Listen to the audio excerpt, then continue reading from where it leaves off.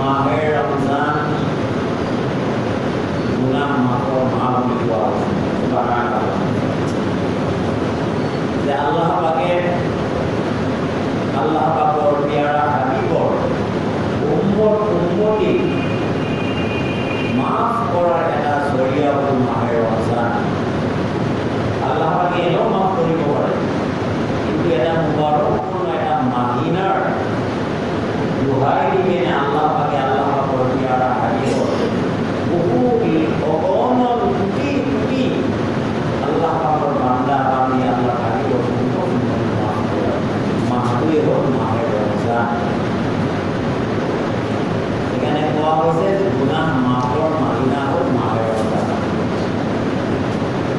আৰু আল্লাহ পাকে যি দিন আৰু ৰাতি আমাক দান কৰিছে, এই দিন আৰু ৰাতিৰ ভিতৰৰ পৰা এই মাহে ৰমজানৰ 30টা দিন 30টা ৰাতি ৰহমতৰ দিন আৰু ৰহমতৰ ৰাতি হিচাপে কোৱা হৈছে। এই ক্ষেত্ৰত যাই কিনে এই মাহটো হ'ল ৰহমতৰ মাহ। আল্লাহ পাকে এই বছৰত যিমান দিন ৰাতি আছে সব দিন ৰাতি বৰকতৰ মাহ বুলি কোৱা হয়, কিন্তু মাহে ৰমজানক বৰকতৰ মাহ বুলি কোৱা হৈছে। ৰহমতৰ মাহ, বৰকতৰ মাহ, গুনাহ মাফৰ মাহ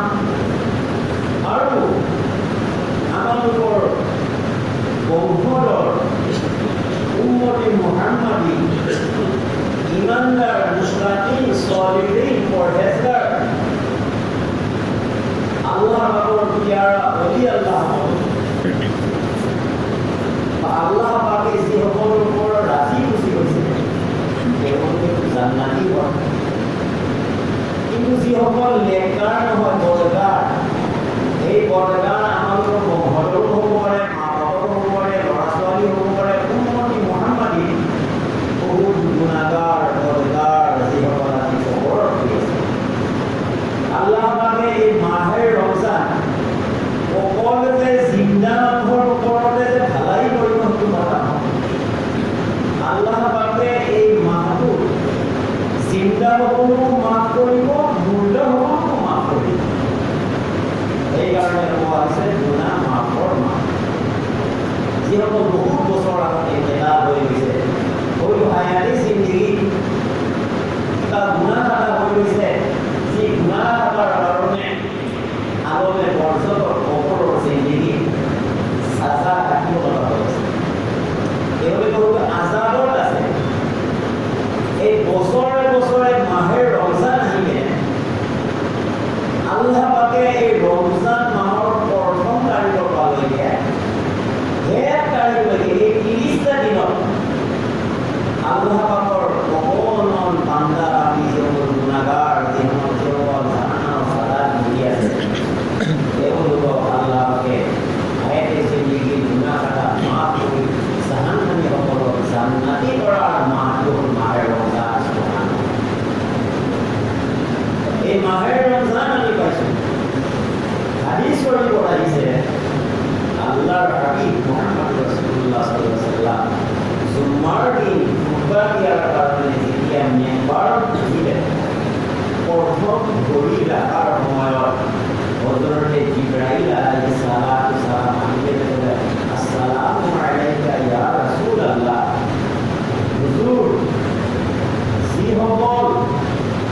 আপোনাৰ উম্মতি মা বাবাৰ নাফৰমানি কৰিছে, যি মা বাবাৰ ওছিলা, যি মা বাবাৰ কষ্টৰ বিনিময় যি আওলাদ আল্লাহকে দান কৰিছে, আৰু সেই আওলাদসকল দুনিয়াত আহি মা বাবাক দুখ দিছে, কষ্ট দিছে, মা বাবাৰ লগত বেয়া ভাষা কৈছে, বেয়া আচৰণ কৰিছে, যি বেয়া ভাষাৰ বেয়া আচৰণ মা বাবাৰ অন্তৰৰ দুখ লাগিছে, মায়ে আফসোস কৰিছে মোৰ সন্তানক এই পৃথিৱীত আনাৰ সময়ত মই বহুত কষ্ট কৰিছোঁ, মই 10 মাহ 10 দিন কম বেছি মই গৰ্ভত ৰাখিছোঁ, 2-3 বছৰ দুখৰ গাখীৰ খুৱাইছোঁ, যি সন্তানক নিজৰ দুখ বেদনা দূৰ কৰি সন্তানক চোৱা চিতা কৰিছোঁ, আৰু সেই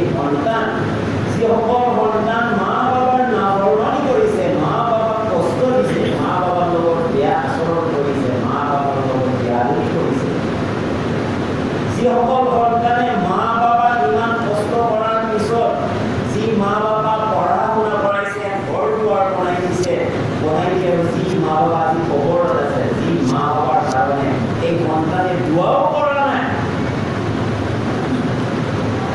মা বাবাৰ কাৰণে দোৱাও কৰা নাই, সেইসকলৰ ওপৰত আল্লাহৰ লানত। এই কথাটো জিব্ৰাইল কেতিয়া আহি কিনে ক'লে? যেতিয়া হুজুৰে পাক সাল্লাল্লাহু আলাইহি ওয়াসাল্লাম খুতবা দিবৰ কাৰণে যেতিয়া প্ৰথম প্ৰস্তুত আহিছে,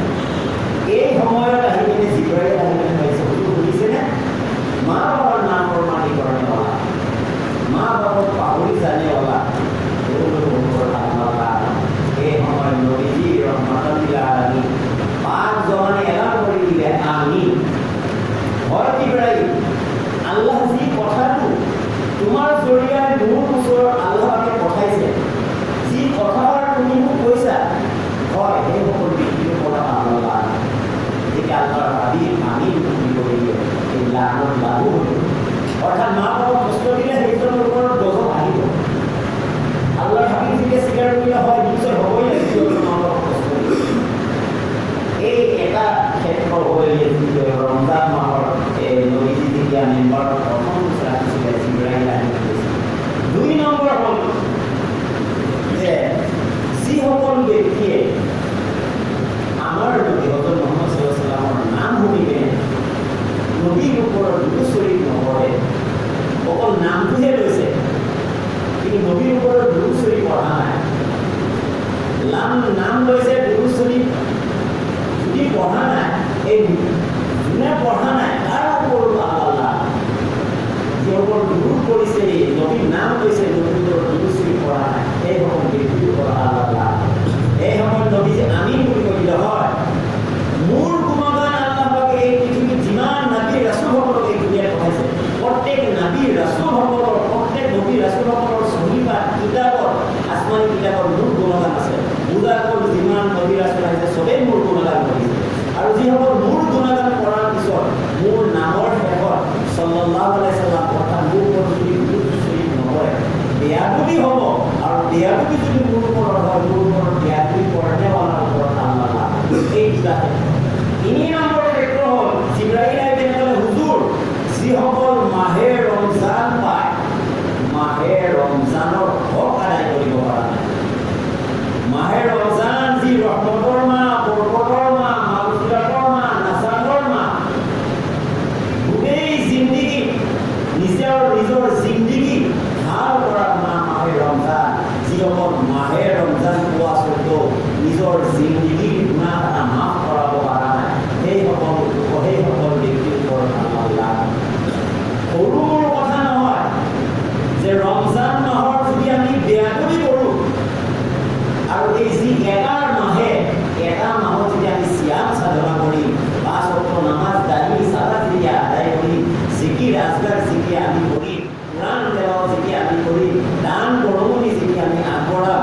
এই এটা মাহৰ নেক কামৰ ওসিলায় আল্লাহ পাকে 11টা মাহ আমালোকৰ কাৰণে নেককাৰ বনাই দিব। সুবহানাল্লাহ। এই মুবাৰকপূৰ্ণ মাহিয়া পোৱা স্বত্বেও যদি গুনাহ মাফ কৰাব পৰা নাই, এই সকলৰ ব্যক্তি নিচানা দুৰ্ভগীয়া মানুহলৈ পৃথিৱী নাই, আৰু সেই সকলৰ ওপৰত আল্লাহ লানতি হ'ব লাগে। এই যে মাহে ৰমজান আমি পালোঁ, এই মাহে ৰমজানত আল্লাহ পাকে আৰু স্পেচিয়েলিভাৱে 3টা ভাগত বিভক্ত কৰিছে। প্ৰথম 10 দিন হ'ল ৰহমত, দ্বিতীয় 10 দিন হ'ল মাগফিৰাত, আৰু তৃতীয় 10 দিন হ'ল নাজাত। এতিয়া আমি যে ৰোজা ৰাখিছোঁ, এই ৰোজা ৰখাৰ বহুত মাছলা মাছাইল আছে, আমি বহুতেই নাজানো। ৰোজা ৰাখি আমি শুই গৈছোঁ, গাটো বেয়া লাগিছে, শুই গৈছোঁ, এতিয়া সেই টোপনিৰ মাজত আমি কোনোবাৰ খানা খাইছোঁ, কিন্তু টোপনিৰ ভিতৰত আমি যদি কোনোবাৰ খানা খাওঁ, ৰোজা কেতিয়াও ভাঙি নাযায়, সেইটো এটা কাৰণ। 2 নম্বৰ কথা হ'ল পাহৰি মই খানা পিনা হ'ল ভাতে খাইছোঁ বা পানীয়ে খাইছোঁ, মই পাহৰি খাইছোঁ, জানি বুজি পোৱা নাই, তেনেহ'লে ৰোজা ভাঙি নাযায়। ৰোজা ভাঙি নাযায়, এতিয়া শুই থকা অৱস্থাতে গা বেয়া হৈ গৈছে, বহুত ভাবি ৰোজা ভাঙি গৈছে, ৰোজা ভাঙা নাই। এতিয়া গাৰ পৰা হয়তো কিবা ব্লাড চিলাড ওলাই গৈছে, ৰোজা ভাঙা নাই, ৰোজা মাহলু হৈছে। তাৰপিছত আপুনি মুখ ভৰি বমি কৰিছে, আপোনাৰ গাটো বেয়া লাগিছে, বা আপুনি গেষ্ট্ৰিকৰ পেচেণ্ট হয়, বা আপুনি চেহেৰি কিবা কিবা গড়বড় হৈছে, বমি আহি গৈছে, কিন্তু বমি আহিছে কাৰণে যে আপুনি ৰোজা ভাঙি দিব কেতিয়াও নহয়। ৰোজা আপোনাৰ বমি হৈছে, মাহলু হৈছে, ৰোজা ভাঙি যোৱা নাই। আৰু এটা কথা আমি মনত ৰাখিব লাগিব, আমি যেতিয়া ৰাতি শুওঁ,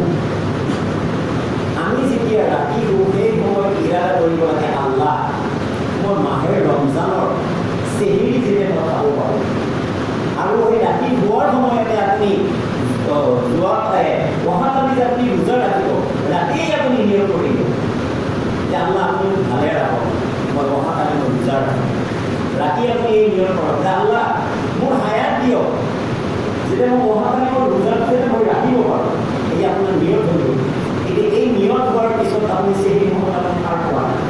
এতিয়া আপুনি কি কৰিব এতিয়া বহুতে নজনা মানুহে কি কৰে যে চেহিটো খোৱা নাই বুজাই নহয় এইটো এটা ভুল কথা ৰোজাটো হ'ল ফৰজ আৰু চেহি খোৱাটো হ'ল সুন্নত আপুনি ৰাতি নিয়ম কৰিছে যে অহাকালি মোৰ ৰোজা ৰাতি বছ আপোনাৰ নিয়ম হৈ গ'ল চেহিটো সময়ত আপুনি আপোনাৰ টোপনিতে কৈছে আপুনি সাৰ পোৱা নাই কিন্তু আপোনাৰ ৰোজা হৈ যাব ৰোজা ভাঙিব নালাগে কিন্তু নবী চাহে হাদিছ শৰীফত ঘোষণা কৰিছে যে তোমালোকে মাহে ৰমজানৰ চেহিৰি কেতিয়াও এৰি নিদিবা এই চেহিৰিৰ ভিতৰত আল্লাহ পাকে বহুত ৰহমত বৰকত আছে সেইকাৰণে চেহিৰিটো খোৱাৰ দিলেৰে আমাৰ ৰাখিব লাগে ইফতাৰী আমি ইফতাৰীৰ ভিতৰত আল্লাহ পাকে বহুত ৰহমত বৰকত আছে এতিয়া আমি যেতিয়া ইফতাৰী কৰোঁ এই ইফতাৰীৰ সময়ত আমাৰ বহুত বস্তু আমাৰ জানিব লগা আছে বহুতে গোটেই দিনটো ৰোজা ৰাখি আমি ইফতাৰী সময়ত কি কৰোঁ আমি বেছি ঠাণ্ডা খাই দিওঁ এতিয়া আমি আজি বৈজ্ঞানিকসকলে ৰিচাৰ্চ সেইসকলে গৱেষণা কৰি তেওঁলোকে কৈছে যে গোটেই দিনটো ৰোজা ৰাখি যদি আমি ঠাণ্ডা পানী কিবা খাই তেনেহ'লে আপোনাৰ সেইকাৰণে সেই ঠাণ্ডাৰ পৰা আমাৰ বাচি থাকিব লাগিব আল্লাহৰ হাবিব হাদিছ শৰীফত ফৰমাইছে যে যি ঘৰত খেজুৰ থাকিব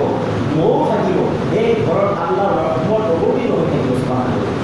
আপুনি চেহিৰ সময়ত চেহিৰ খাই মেলি আপুনি দুটাত খেজুৰ খোৱাৰ দৰকাৰ হ'ব ইফতাৰৰ সময়ত আপুনি খেজুৰ খোৱাৰ দৰকাৰ হ'ব নহ'লে আপুনি নৰ্মেল পানী খোৱাৰ দৰকাৰ হ'ব কিন্তু এই ইফতাৰীৰ সময়ত আপুনি একেবাৰে হালধি মছলা বেছি দিয়া বা তেল বেছি দিয়া বা ঠাণ্ডা পানী যিবিলাক আপোনাৰ দেহাটো ক্ষতি কৰিব সেইবিলাক ইফতাৰীৰ সময়ত আপোনালোকে নাখাব যিহেতু আপোনালোকৰ ওপৰত আল্লাহকে ৰাজি খুচি হৈ আপোনালোকক তৌফিক দিছে ৰমজানৰ ৰোজা ৰাখা এতিয়া খোৱাত যদি আমি তমিজ ঠিক নাৰাখোঁ খোৱাত যদি আমি বাচি খুচি যদি নাখাওঁ একে যিয়ে বাচি তাকেই যদি খাওঁ তেনেহ'লে বাকী ৰোজা আমাৰ ৰখাৰ বহুত দিগদাৰী হৈ যাব কিবা এটা বেমাৰ হৈ গ'লে বেমাৰ হোৱাৰ কাৰণে পিছত ৰোজা ৰাখিব নোৱাৰে সেইকাৰণে সকলো অৱলম্বন আমাৰ কৰিব লাগিব যে আল্লাহ দোৱা কৰিব লাগে আল্লাহ এই মাহে ৰমজানত আপুনি ইমান ৰহমত বৰকত ৰাখিছে এই মাহে ৰমজানৰ যি ৰোজা যি চেহেৰি যি ইফতাৰ যি তাৰাবি নমাজ যি কোৰাণ তেলাওয়াত যি দোৱা কৰোঁ আমি যাতে সহি শুদ্ধভাৱে কৰিব পাৰোঁ সদায় আল্লাহৰ ওচৰত দোৱা কৰিব লাগে মাজত চানি নহ'লে যিমানখিনি কৰিব আল্লাহ আপোনালোকক বেছি বেছি আমৰ কৰাৰ তৌফিক দান কৰক আল্লাহ সুন্দৰ